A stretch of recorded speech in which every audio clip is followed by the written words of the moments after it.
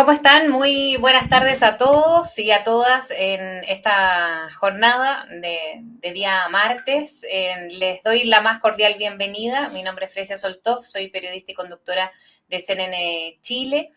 Y a nombre de Aprendo en Casa, Elige Educar, CPUC y CIAE de la Universidad de Chile, le damos la más cordial bienvenida a este webinar donde nos analizaremos y donde vamos a analizar el estudio en la situación de los docentes y educadores en contexto de pandemia, que evidenció y ha evidenciado los avances del primer año de educación a distancia, junto con los desafíos, aprendizajes e innovaciones que ha traído consigo también este proceso.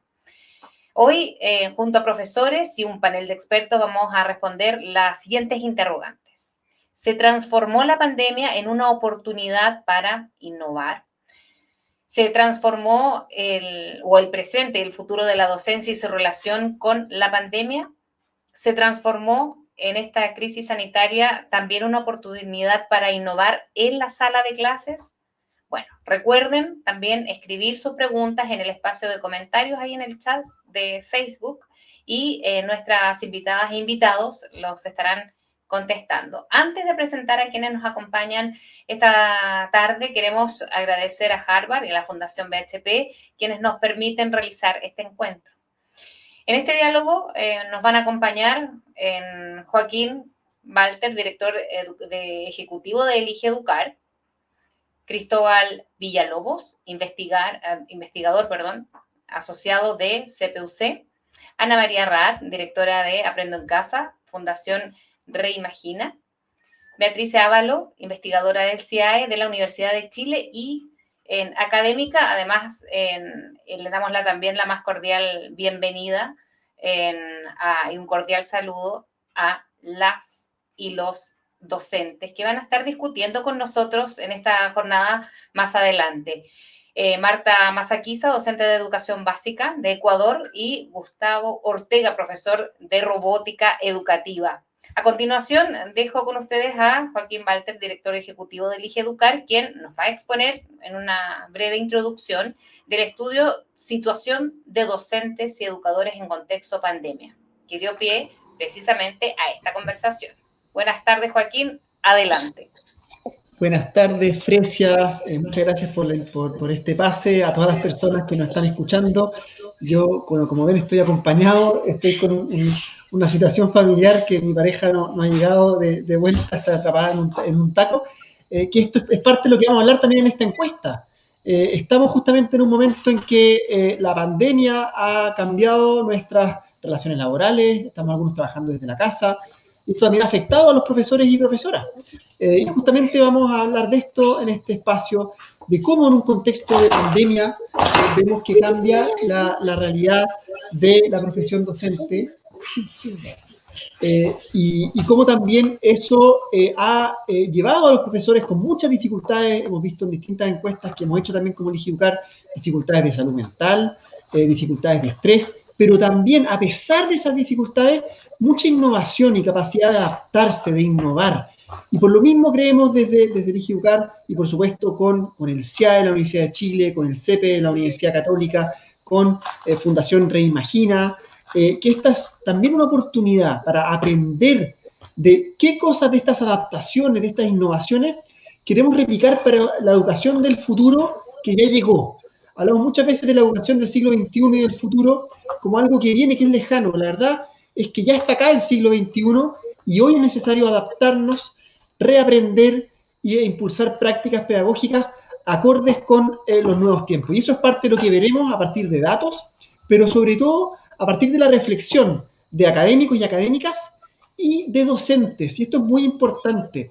Este levantamiento de información releva la voz de los profesores y profesoras como expertos pedagógicos, como innovadores, personas que han logrado adaptarse a pesar de las dificultades y repensar y priorizar por una parte el currículum, vamos a ver, por otra parte prácticas educativas, formas de comunicarse y qué es finalmente lo más importante de la educación, que es algo que también aparece y que veremos con fuerza la relevancia, por ejemplo, de la educación socioemocional. Así que, de hecho, de eso y mucho más conversaremos hoy día y quiero agradecer a todos quienes hacen posible este espacio de reflexión y de diálogo y, por supuesto, esta colaboración que hacemos con varias instituciones, que es parte del ejemplo de este nuevo paradigma también que queremos promover. El trabajo colaborativo es esencial y aquí ya vemos al menos 4 instituciones, si sumamos también, por supuesto, el aporte de HP y de Harvard, también 6 instituciones que estamos trabajando colaborativamente para poder impulsar un nuevo paradigma educativo y reflexiones a partir de este contexto inédito para aprender y desaprender hacia una educación que es la que necesita la sociedad y los estudiantes, sobre todo hoy, no mañana, es hoy, y por eso queremos aprender de los docentes y tener este espacio de reflexión con todos y todas. Muchas gracias, Fresia, y a todos quienes están escuchándonos acá a través de nuestras redes. Gracias a ti, Joaquín. Ahora queremos ahondar también en los resultados que acabas de comentar con nuestro primer panel. Estamos ya con Ana María Rat, Beatriz Ávalo, Cristóbal Villalobos, para conversar sobre los efectos que tuvo la pandemia en la manera de enseñar a los y las profesoras. Así que una de las primeras preguntas que va dirigida, hola a todos, bienvenidos ya en este panel distribuido aquí en pantalla. Primero, para Cristóbal, ¿cuáles son las principales necesidades que describen los docentes al momento de enseñar durante la pandemia del COVID-19? Y en este escenario, ¿qué capacidades han desarrollado en este tiempo para superar las dificultades y abordar la enseñanza? Buenas tardes, hola Fresia, hola a todas y hola a todas las personas que están conectadas. Para intentar responder en los tiempos, yo diría que por lo menos desde la encuesta que aplicamos y también considerando muchas otras investigaciones que han salido durante este tiempo, se puede decir que hay 2 grandes necesidades que dejan en evidencia esta encuesta que fue levantada a finales del 2020, pero que en el fondo se ha extendido en términos de su resultado durante todo este año. Yo creo que lo primero y quizás lo más importante es la necesidad de reconocimiento social de la profesión del trabajo docente. Y hay muchos datos que permiten discutir o pensar eso. La idea de que a pesar de que los docentes se mantienen en sus trabajos, sus sueldos no aumentan sustancialmente.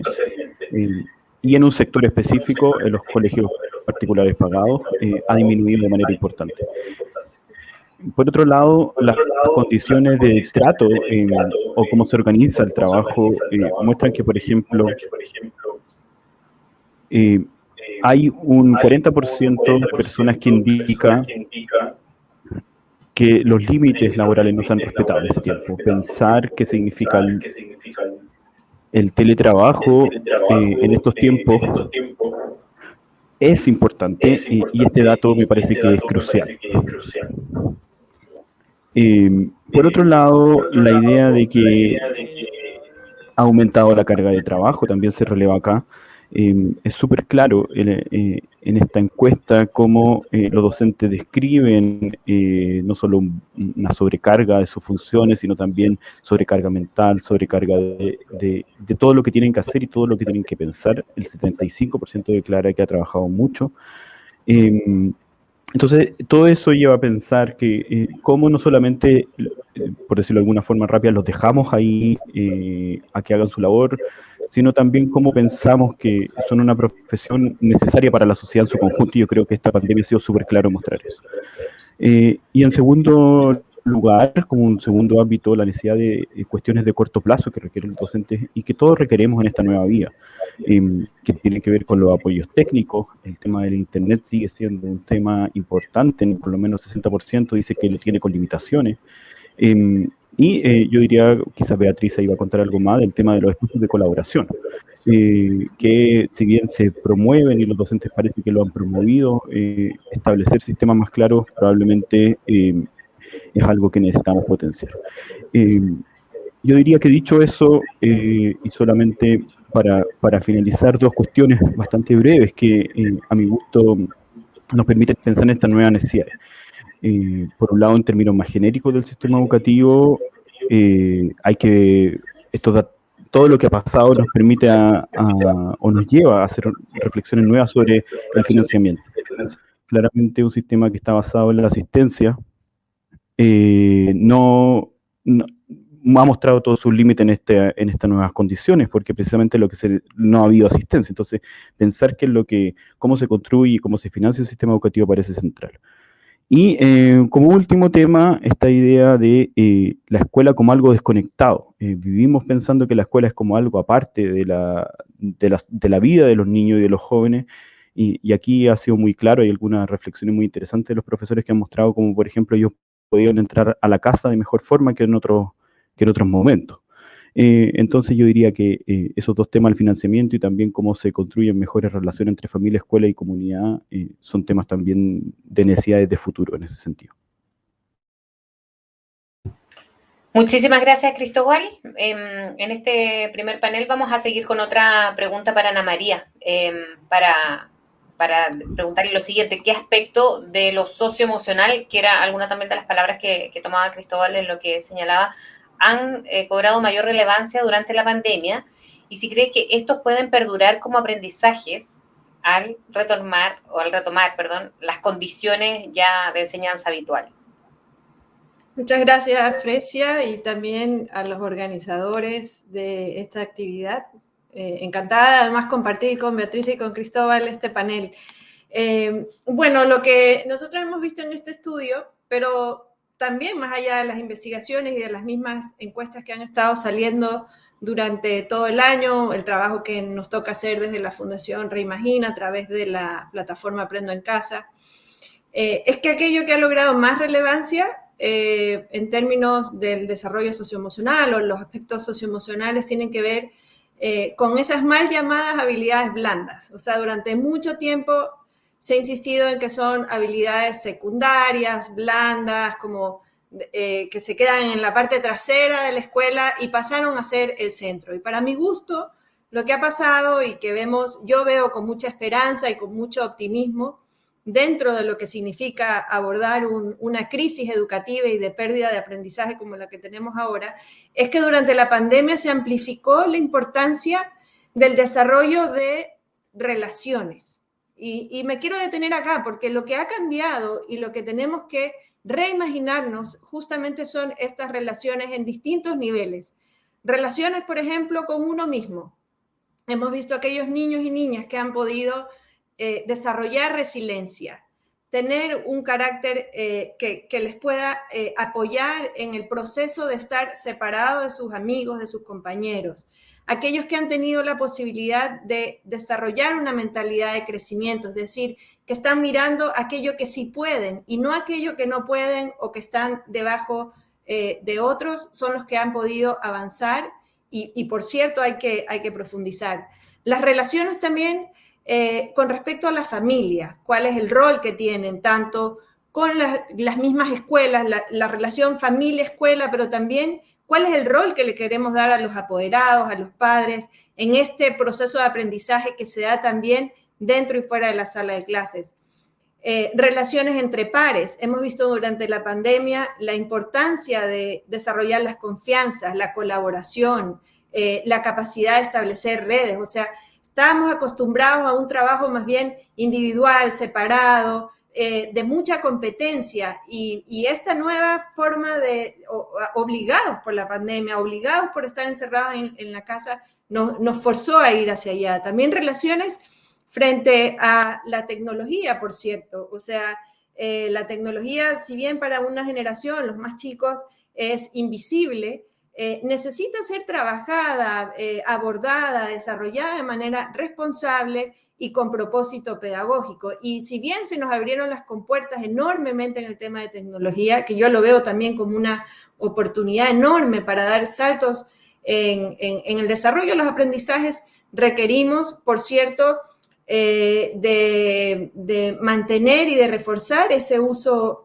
adecuado. Pero también me parece interesante mirar cómo este momento tan difícil de la educación nos volvió a poner en el centro la relación más importante y más, en ese sentido, fructífera que pueden tener las escuelas, y es aquella que se da entre el docente, los estudiantes o los niños, niñas y jóvenes, y el contenido, lo que algunos llaman el núcleo pedagógico, vuelve a ser el centro y vuelve ahí a tener muchísima importancia. Entonces, creo que también hay una relación con el entorno, como las personas, los estudiantes, los profesores, también se van relacionando con el entorno, la vida cotidiana, con otros ámbitos. ¿Y por qué he querido poner el énfasis en esta mirada de aquellos aspectos socioemocionales? Porque hemos estado atravesados durante todo este tiempo por las tensiones que hemos visto en estos distintos niveles de manera de relacionarnos. Y es el momento entonces de repensar, reimaginar estas relaciones, en donde, insisto, las habilidades socioemocionales, las llamadas del siglo XXI, pasan a ser centrales, pasan a ser realmente movilizadoras de los aprendizajes. O sea, todos sabemos que uno no aprende sino cuando está en condiciones adecuadas emocionalmente. Entonces, el trabajo a distancia sin duda remarca la necesidad de fortalecer la autonomía. Hay una palabra que hoy día se empieza a utilizar, un concepto que es el agenciamiento, es decir, aquellos niños, niñas, jóvenes que son capaces de avanzar en su aprendizaje de manera más autónoma, porque tienen relaciones con los adultos que son también más transversales, más desconfianza. En ese sentido, los profesores establecen un vínculo mucho más de apoyarlos a despertar sus habilidades. Entonces, yo miraría y pondría los énfasis ahí, ¿no? En cómo hemos ido transitando en un momento que es de muchísimo cambio, pero no perder el norte, que finalmente lo que viene para adelante en esta educación que nos estamos reimaginando juntos con actores y personas y hombres y mujeres aquí presentes en esta conversación, y también a lo largo de toda Latinoamérica, tiene que ver con eso, o sea, en cómo avanzamos en esta educación que está tensionada por una nueva manera de relacionarnos y de pensar conjuntamente dónde están esos lazos que son emocionales, afectivos, pero que tienen muchísimo impacto en cómo los niños y las niñas aprenden.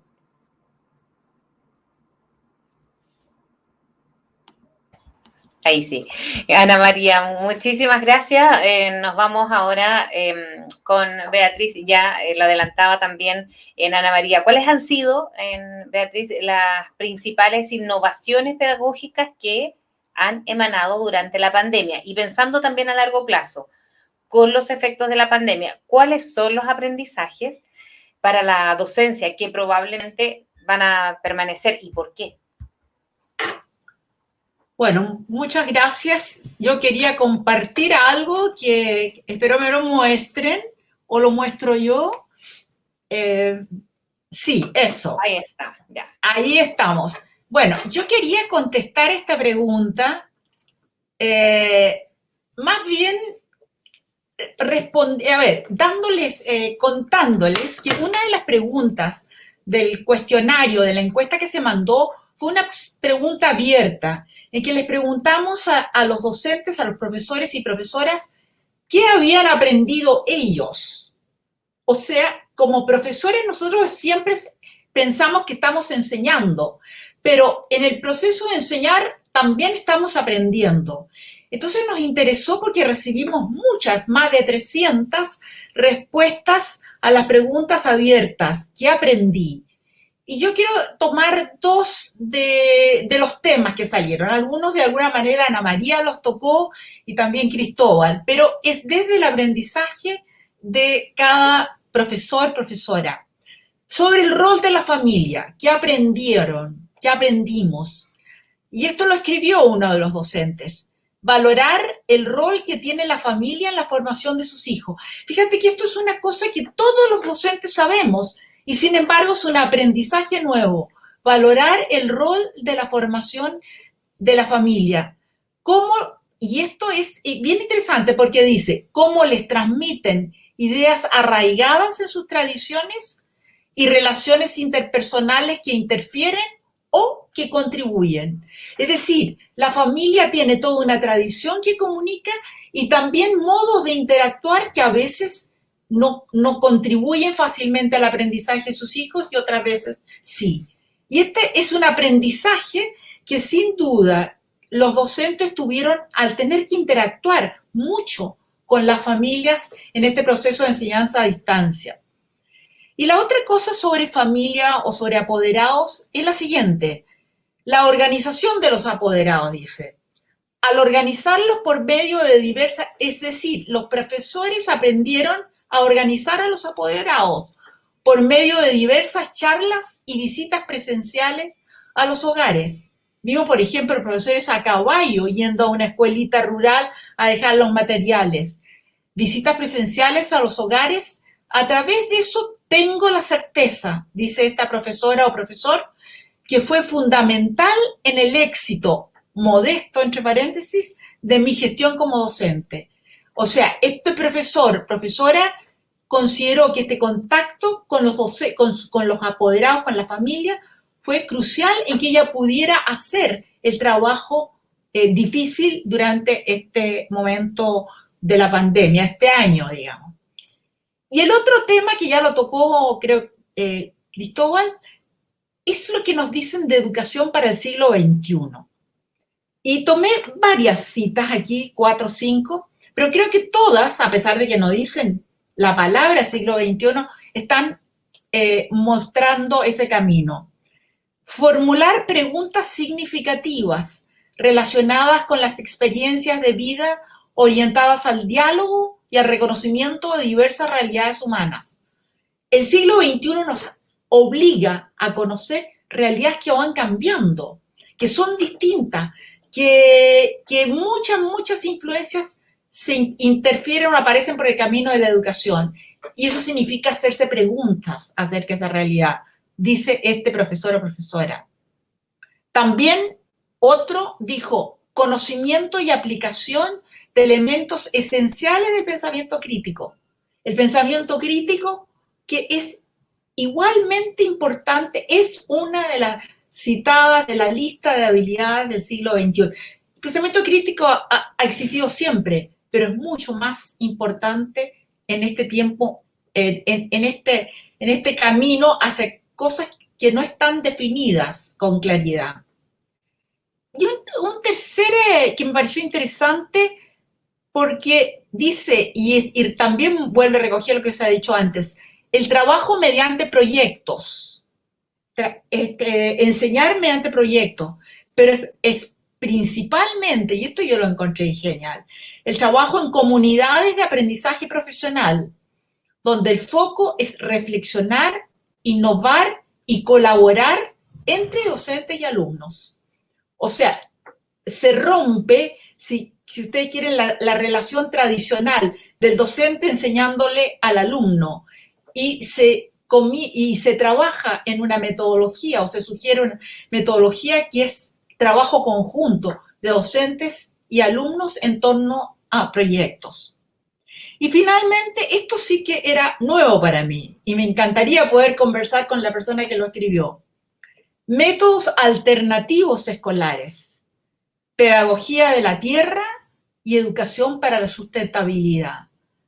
Aprendió eso esta pandemia y en realidad es una habilidad o es un aprendizaje crucial para lo que nos depara el complejo futuro que tenemos por delante en un mundo que, digamos, cuya sustentabilidad está en peligro, entre una de las razones por el cambio climático. Así que realmente yo aprendí de lo que aprendieron profesores y profesoras, educadoras, y que nos contaron en esta encuesta. Y muchas gracias a ustedes. Gracias, bueno, a los tres, Beatriz, ahora por esta presentación, y queremos también recordar a aquellos que nos escriban, le habíamos dicho al inicio, para recordarles a todos que sus preguntas pueden hacerlas llegar ahí en el espacio de comentarios del chat, lo habíamos dicho al inicio, ¿sí? Para conocer cuáles son sus consultas.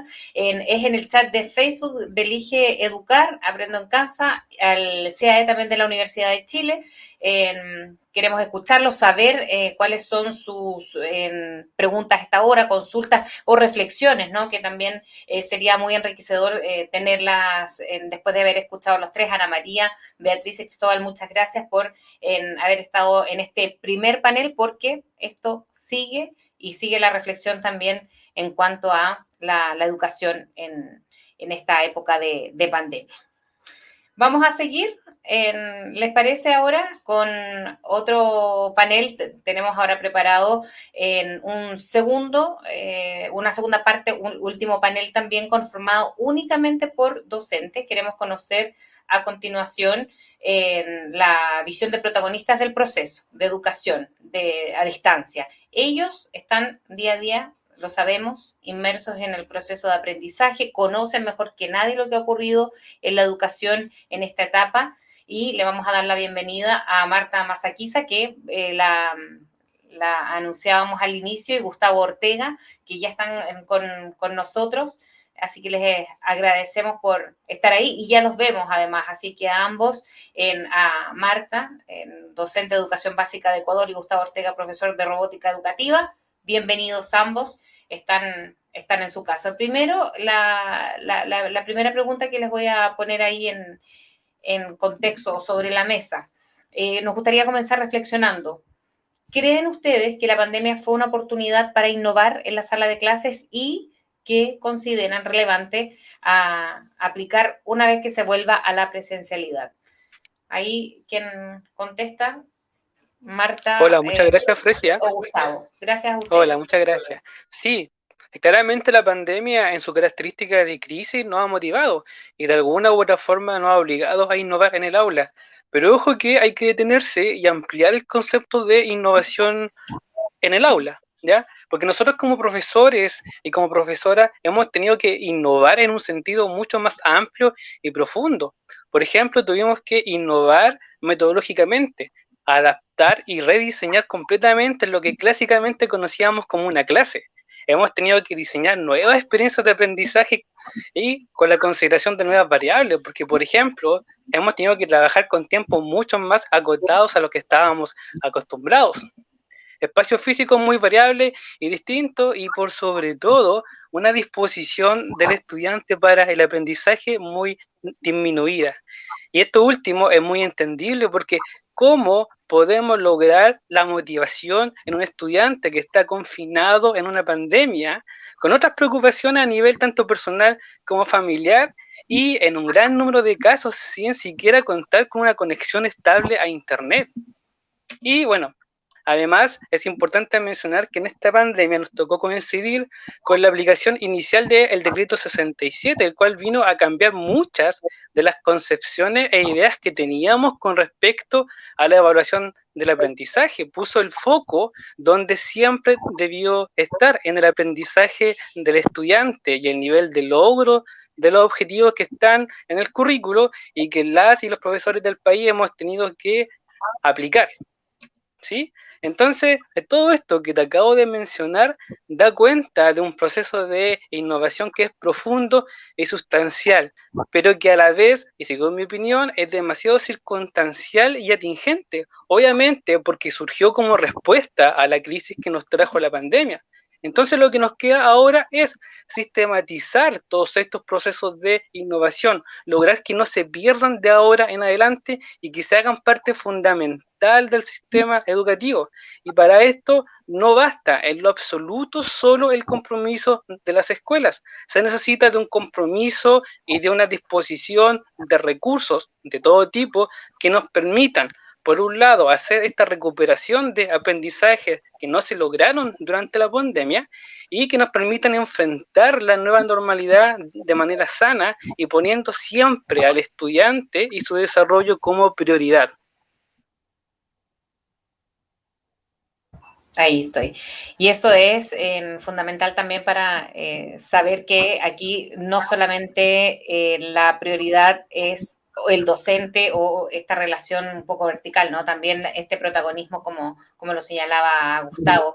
Hay otra pregunta o reflexión que le hacemos a Marta a propósito de lo mismo. ¿Cómo tenemos que visualizar entonces la educación después de la pandemia? Eso por una parte. ¿Qué tipo de condiciones y capacitaciones se necesitan para, según las nuevas condiciones educativas, si es que se necesitan, ¿no, Marta? Bueno, como centro educativo Inti Ñan siempre hemos estado centrados en el niño, siempre hemos estado diagnosticando, viendo cómo queremos que el niño esté muy cómodo en la escuela como estar en casa. Pero esta pandemia nos cambió a todos en todo el planeta Tierra, nos cambió la forma de vivir, todas las formas. Entonces, y no fue la excepción de las instituciones educativas. Entonces, el Centro Educativo Inti Ñan, que está dirigido por mi persona, hemos realizado un diagnóstico y en esta época de pandemia, ¿qué hacemos? ¿Cómo solucionamos? Porque el problema que había, no tenían conectividad con internet todos los niños y niñas de la institución. Entonces, ¿qué hicimos? La alternativa que nosotros hicimos es realizar guías didácticas en donde el niño y la niña pueda aprender en casa con el apoyo de los padres de familia o con el apoyo de algún familiar. Entonces, dentro de las guías siempre hemos estado imaginando, a ver, el niño o la niña, cómo va a poder aprender y cómo va a poder el padre de familia apoyar en el proceso de aprendizaje. Entonces, el rol del docente ha tomado o se ha apropiado el padre de familia para que los niños y niñas puedan continuar con el proceso de aprendizaje. Entonces, ante ello, lo que se ha hecho es eso les cuento que mi institución es de bidocente.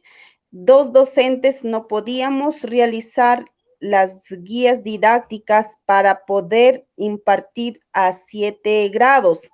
Por lo tanto, ¿qué hemos hecho? Lo hemos hecho trabajo en Minga con otras instituciones. Entonces, las guías nos repartíamos y adaptábamos a cada contexto. Entonces, así trabajábamos en en esta época de pandemia que era muy, muy triste para todos e incluso muy triste para mí porque perdí a un ser querido. Entonces, y en este transcurso, lo que hemos hecho es trabajar con los padres de familia también, a pesar de que se ha dicho que todo debe ser por teletrabajo, pero ha habido esa necesidad de hacer reuniones con los padres de familia, llegar a las casas para indicar cómo es el proceso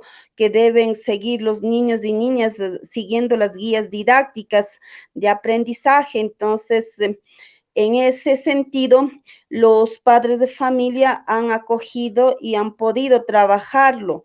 Más que todo, los niños de quinto, sexto y séptimo año lo realizan casi con poca ayuda de los padres de familia, pero con los niños y niñas de educación inicial 1, inicial 2, preparatoria, segundo, tercer y cuarto año, sí, necesitan un apoyo muy, ya, a un apoyo especializado, ¿no? Digamos, de los docentes, pero así también los padres de familia nos han apoyado en ese sentido.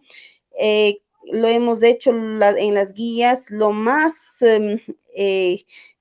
que más puedan los padres de familia entender y poder transmitir a los niños y niñas. Entonces, así se ha trabajado.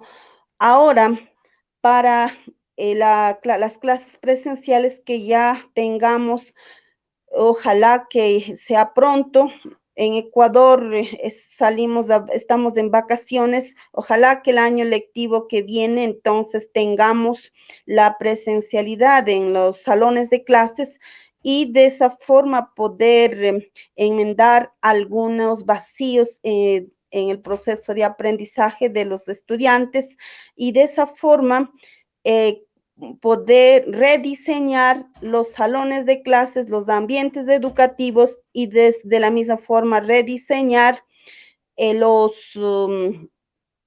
contenidos didácticos que están por años.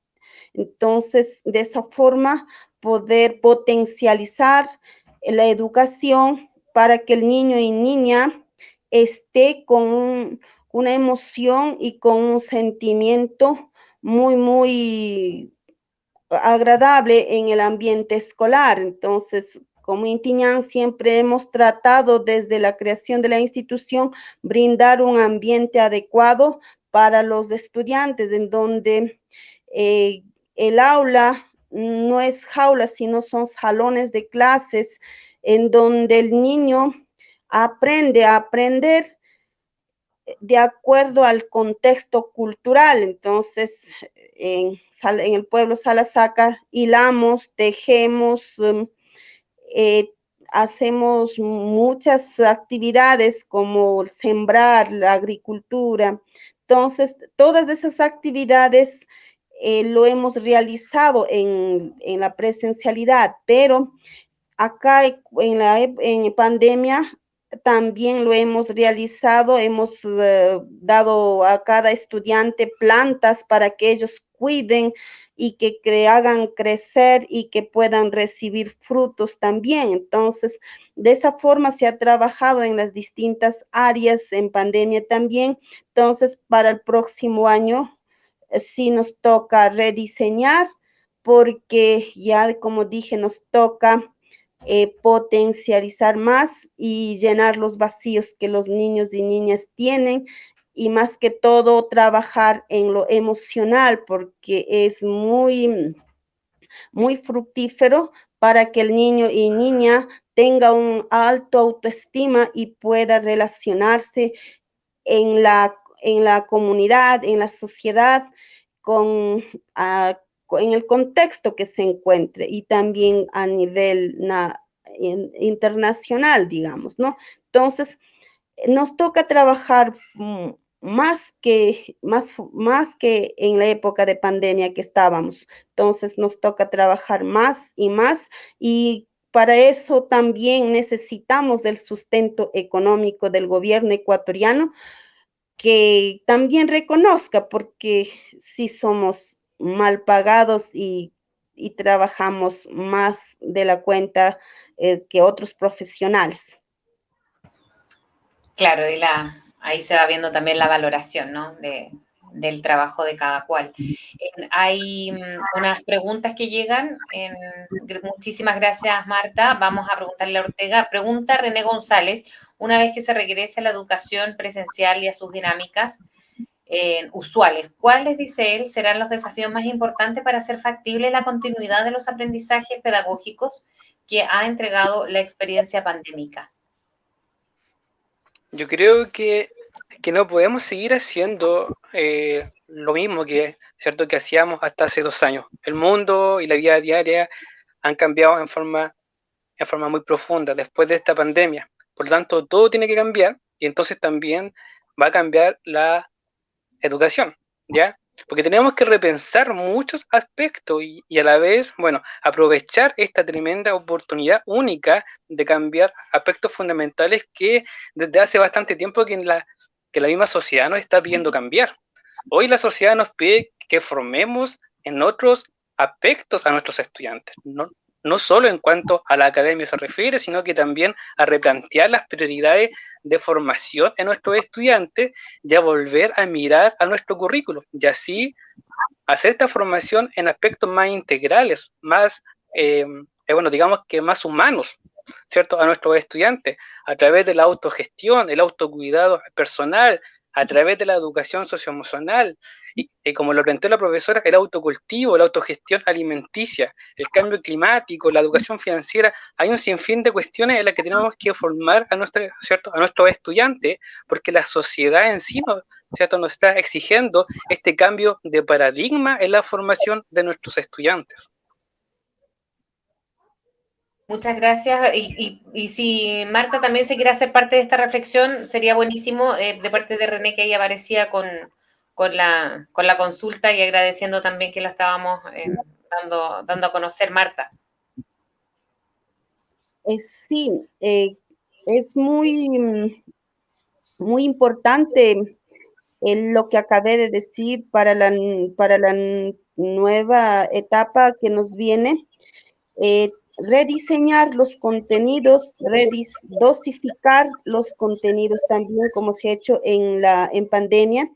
Entonces, más acciones, más actividades lúdicas, más actividades emocionales, que no sea una educación bancaria, que sea una educación activa, constructiva, en donde el niño esté poniendo su cuerpo, mente y espíritu en movimiento, en acción, y para que rinda de la mejor forma y los docentes no seamos evaluadores, sino que la evaluación sea para que mejoremos tanto docentes como padres de familia y estudiantes, que la evaluación no sea para discriminar, que no sea para poner en alto a un grupo, los abanderados, y el otro grupo abajo excluidos, las notas, todo eso. Entonces, tenemos que trabajar en el aspecto emocional, porque sí hay así estén escritos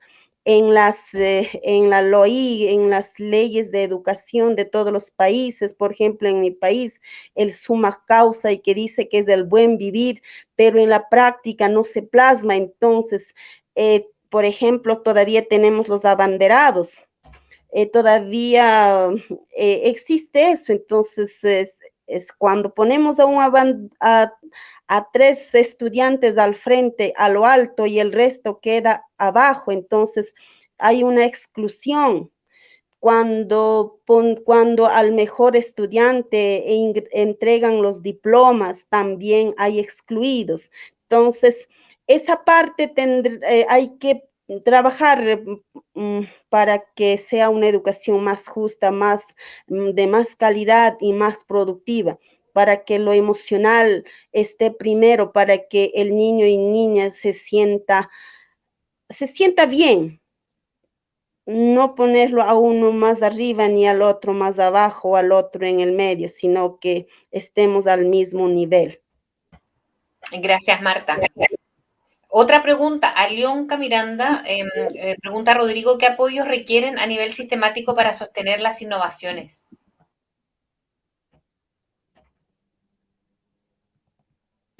¿Eso lo respondemos nosotros? Sí, por favor, Gustavo. Sí. ¿Puede ser? Sí. Para sostener la innovación, bueno, hay que considerar que la realidad de cada contexto dista mucho uno del otro, ¿sí? Que las realidades entre cada colegio, entre cada comuna del país son muy diferentes. Por lo tanto, lo que tenemos que hacer para brindar un apoyo, ¿cierto?, a nuestros colegios, a nuestros profesores, lo que tenemos que hacer es hacer la pedagogía en nuestros colegios, es decir, hacer conocimiento científico, investigar, ¿cierto?, y tomar la evidencia para identificar los problemas que hay en cada contexto y diseñar las soluciones en función de la toma, ¿cierto?, de los resultados, análisis de la evidencia, porque cada realidad es distinta, cada necesidad de formación es distinto y cada apoyo que necesitan los colegios es diferente, ¿sí?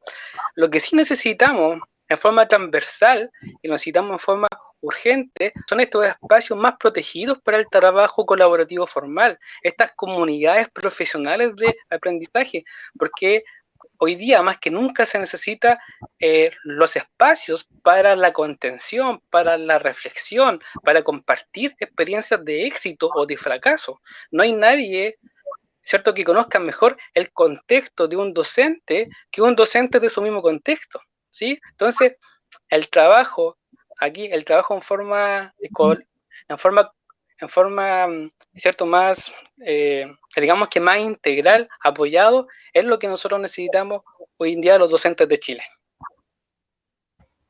Muchas gracias, Gustavo. Y vamos ahora a una última pregunta, Marta. Ya ahí para cerrar, nos preguntan, quiero saber el nombre, ¿cómo hacer para avanzar? Hacerlo para avanzar en estos aprendizajes y no volver atrás a un sistema que sabíamos que ya no funcionaba bien. Hay una tendencia muy fuerte, reflexiona, hacia los reforzamientos, recuperación del tiempo perdido, etcétera, que pueden ir en contra de los aprendizajes de estos 2 años.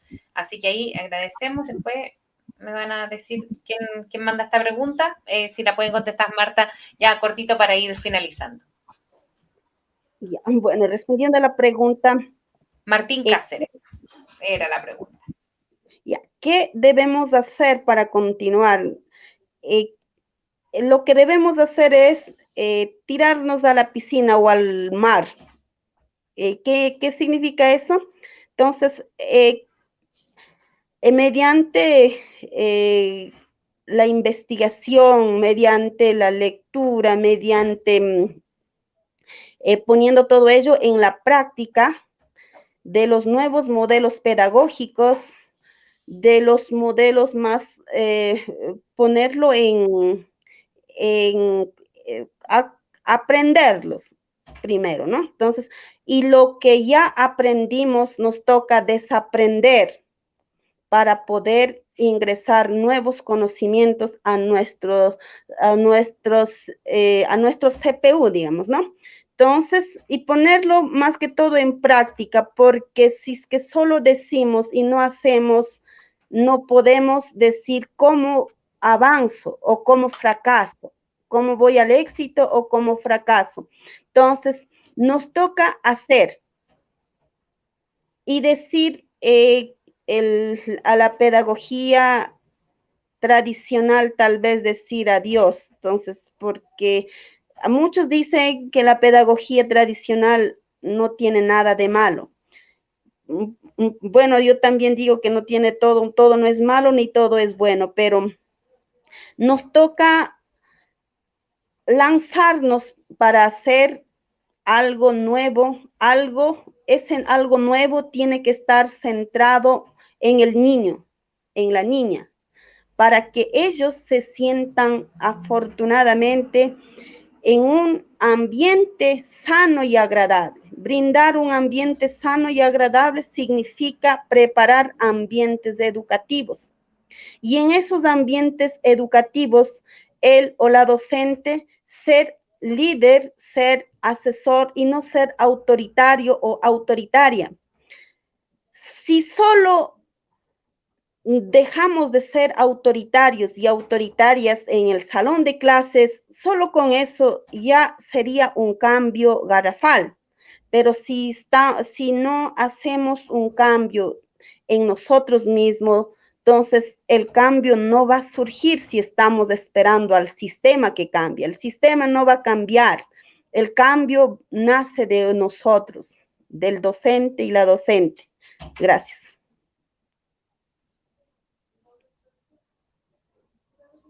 Gracias, Marta. Muchísimas gracias por este segundo panel. Además, vamos a llamar nuevamente ahí en pantalla a Beatriz Ávalo, porque llega una pregunta para ella. Y ahora sí, para terminar y no quedarnos ahí con algo en el tintero, Beatriz, otra pregunta. Hablaba de las habilidades del siglo XXI, como formular preguntas significativas o colaborar en comunidades de aprendizaje. ¿Cómo observas la relación entre el desarrollo de estas habilidades y las clases realizadas en ambientes tecnológicos? Así que ahí, y ahora sí que finalizamos con esta.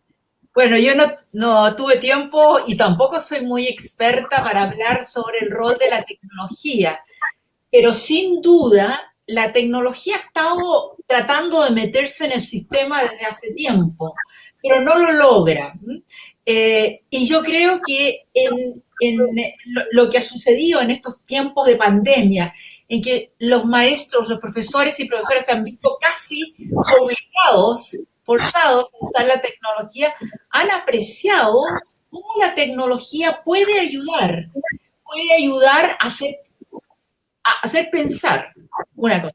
Puede ayudar a clarificar algo que no se clarifica hablando. Como decía Marta, quizás debemos aprender a hablar menos, ¿ah?, y escuchar más. Y la tecnología también nos ayuda a ver algunas cosas que no se ven si no se juega un poco con las opciones que puede dar un juego tecnológico, que puede dar un problema que se resuelve de distintas maneras. Yo leí un libro hace poco de un argentino que escribió este libro antes de la pandemia, lo publicó en 2019, y se llama El futuro de la educación, y dice que el futuro de la educación está en la tecnología, pero la tecnología sin los docentes manejándolos tampoco va a servir.